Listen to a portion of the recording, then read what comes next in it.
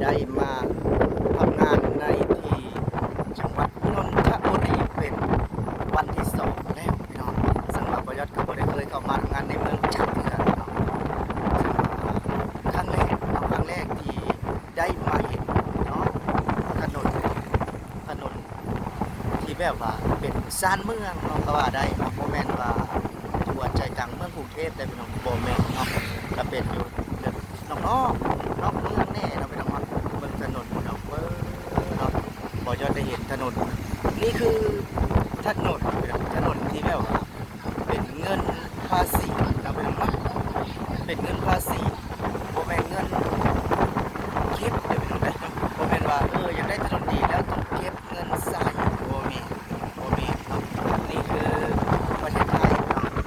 เก็บภาษีเพื่อเดียวแล้วเลยชื่อเนาะแล้วเลยบ่แม่นสิมาเก็บเงินอีกได้บ่เห็นได้พี่น้อง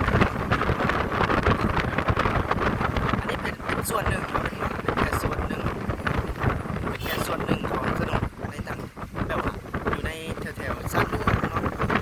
บ่แม่นใจกลางเมืองกรุงเทพเด้อพี่น้องเนาะนี่คือนนทบุรีพี่น้องจังหวัดนนทบุรีอันนี้เป็นเขตชุมชนเนาะพี่น้องเนาะชุมชนที่ทำพี่น้องเขาจะได้เห็นแล้วก็โอ้อดใจถ่ายให้พี่น้องได้เบิ่งบ่ได้เนาะพี่น้องเนาะเบิ่งแล้วถนนงามบิลีพี่น้องถนนงามบิลีนี่เป็นแถวๆชานเมืองเนาะพี่น้องเนาะแถวๆชานเมืองแต่ว่าถนนพี่น้องถนนมีฟุตบาทที่แบบเห็นในคนย่างเนาะพี่น้องเนาะคนสัญจรจะขึ้นในทางฟุตบาทเนาะจะเดินในทางฟุตบาทนี่คือถนนที่พอยอดเห็นแล้วอ่ะว้าวสุดยอดเนาะพี่น้องเนาะสุดยอดเห็นแล้วก็อดใจรีวิวบ่ได้พี่น้องอดใจรีวิวบ่ได้คือประเทศไทยพี่น้องในการสัญจรเนาะในการไปแต่ละสถานที่บ่ได้ยากพี่น้องสะดวกสบายเนาะเพราะว่าประเทศไทยเพิ่นมีรถหลายเยอะมากเนาะบ่ว่าจะเป็นรถบัสรถเมล์รถตุ๊กๆเนาะรถแท็กซี่รถ3ล้อเยอะมากพี่น้อง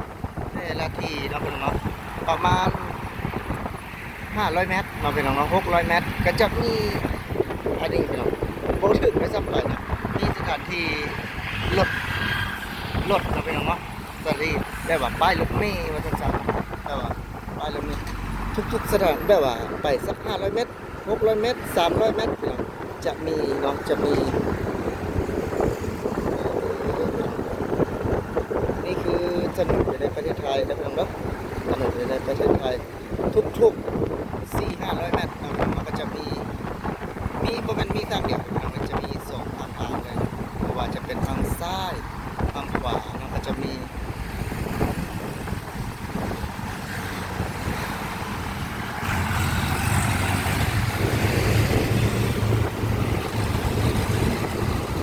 นี่แหละพี่น้องคือบ่ยัดเว้าเลยเนาะมัน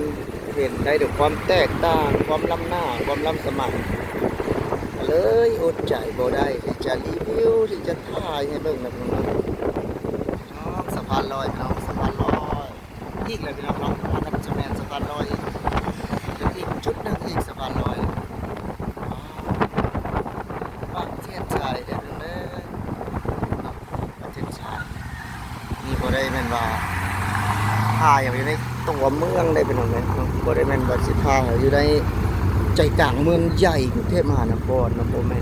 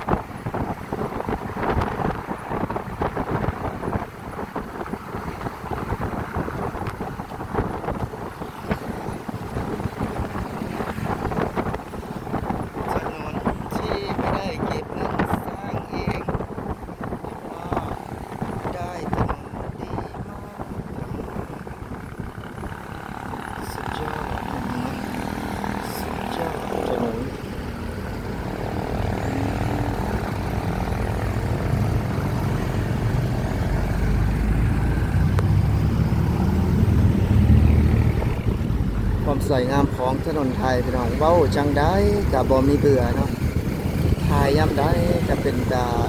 อ่อนซ้อนยามนั้นเนาะพี่น้องเนาะนี่คือดอกแกงคูนพี่น้องดอกแกงคูนนะเพิ่นจะปลูกต้นไม้เนาะประเทศไทยมันจะชอบปลูกเนาะพี่น้องเนาะ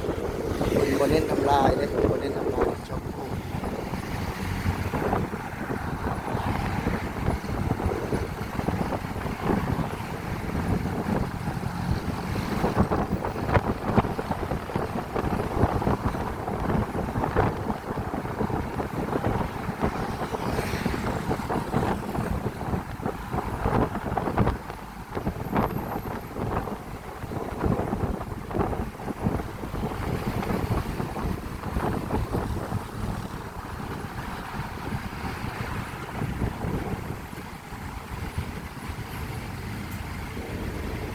รถติดพี่น้องรถเยอะมากๆเนาะรถติดรถติด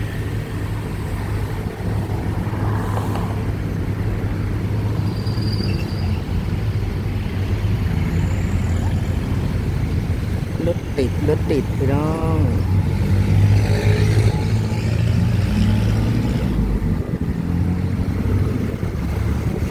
พี่น้องทางเชิงดูเนาะเนาะทางรถไฟพี่น้องทางรถไฟเนาะที่ตึก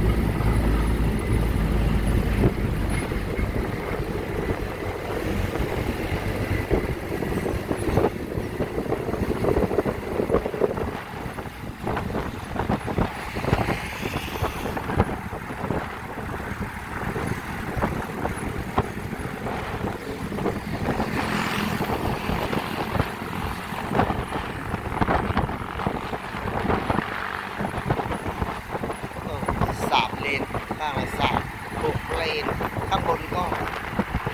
ทางไฟ